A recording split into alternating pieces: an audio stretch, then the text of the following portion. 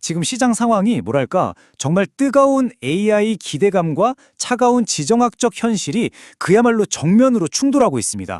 오늘 이 날카로운 분석을 통해서요, 이 혼돈 속에서 어떻게 기회를 잡을 수 있을지 그 방법을 함께 파헤쳐 보겠습니다. 이 분석의 핵심은 바로 이 한 문장으로 시작됩니다. 공포와 탐욕의 기로, 본질에 집중할 때. 이 말이 뭘 의미하냐면요.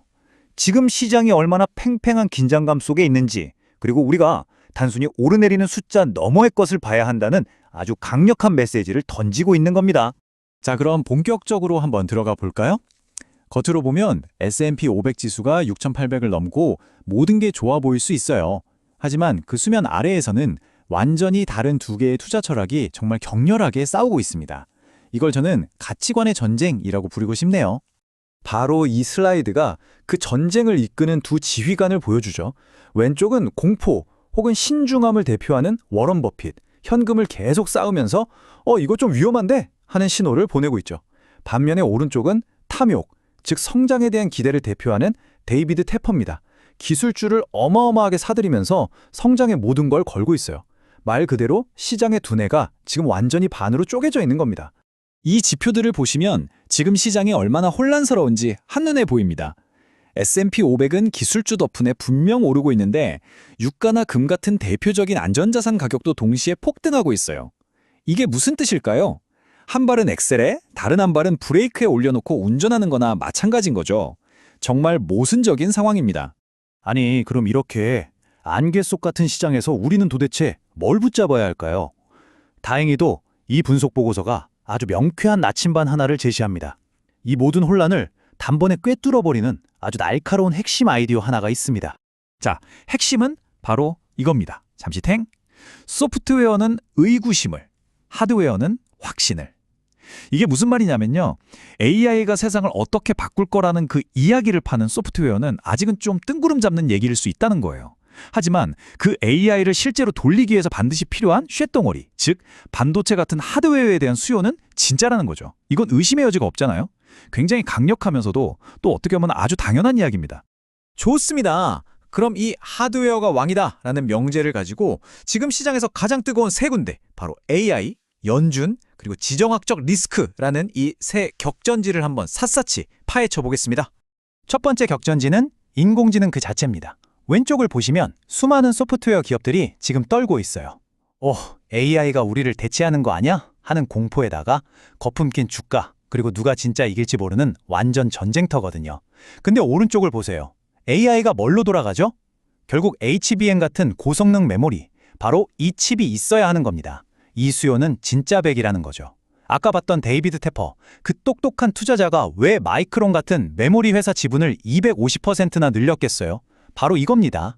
막연한 꿈이 아니라 손에 잡히는 현실에 베팅한 거죠. 두 번째 전쟁터는 바로 연준의 금리 정책입니다. 시장은 어때요? 곧 금리 내리겠지 하면서 김칫국부터 마시고 있는데 연준의 현실은 분위기가 완전 싸늘합니다. 심지어 1월 FOMC 회의록에서는 인플레이션이 안 잡히면 금리를 올릴 수도 있다는 말까지 나왔어요.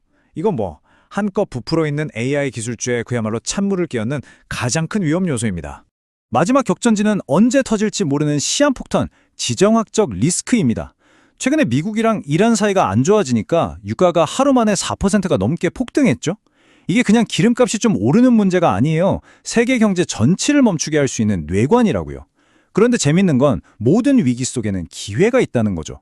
이런 혼란은 방산, 에너지, 해운 같은 현실 세계의 산업에는 오히려 강력한 순풍이 될 수 있다는 걸 명확하게 보여주는 겁니다. 자, 이론은 이제 충분히 들었습니다. 그래서 우리 계좌에 뭘 담아야 하냐고요? 제일 중요한 질문이죠.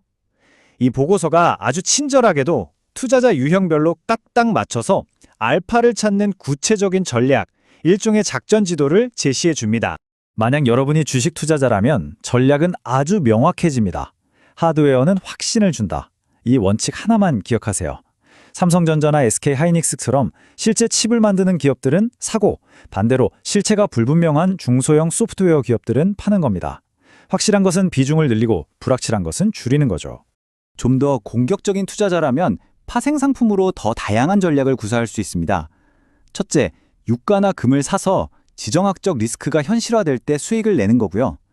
둘째, S&P 500 풋옵션을 사서 시장 전체가 급락할 경우에 대한 보험을 들어두는 겁니다. 마지막으로 연준이 정말 금리를 올릴 것에 대비해서 국채 가격이 떨어지는 쪽에 베팅하는 거죠. 각각의 다른 리스크를 활용해서 수익을 노리는 아주 정교한 전략입니다. 자, 이제 마지막으로 정리를 해보겠습니다. 이 모든 혼란을 쭉 훑어보고 나니까요.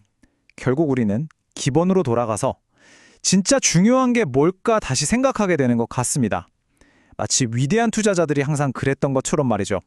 맨 처음으로 다시 돌아가 보죠. 오마하의 현인 워런 버핏은 도대체 왜 현금을 쌓고 있는 걸까요? 그렇다면 우리도 그를 따라서 지금 당장 투자를 멈춰야 하는 걸까요? 이 질문에 대한 답이 바로 다음 슬라이드에 있습니다. 이 보고서의 마지막 메시지가 정말 강력합니다. 버핏을 무작정 따라 하라는 게 아니에요. 그가 왜 현금을 쌓는지, 그 이유를 정확히 이해하자는 겁니다. 그리고 우리는 막연한 AI라는 꿈이 아니라 실제 실적과 숫자로 찍히는 진짜 AI에만 집중해야 합니다. 그것이야말로 이 혼돈의 시장에서 길을 잃지 않는 유일한 방법이니까요. 그리고 곧 모든 것이 시험대에 오를 겁니다. 바로 3월에 있을 엔비디아의 GTC 컨퍼런스에서죠. 오늘 우리가 함께 분석한 이 하드웨어 5위라는 명제가 과연 시장에서 증명될지 아니면 새로운 국면을 맞게 될지 그 결과를 전 세계가 주목하게 될 겁니다. 좋아요, 구독 부탁드립니다. 감사합니다.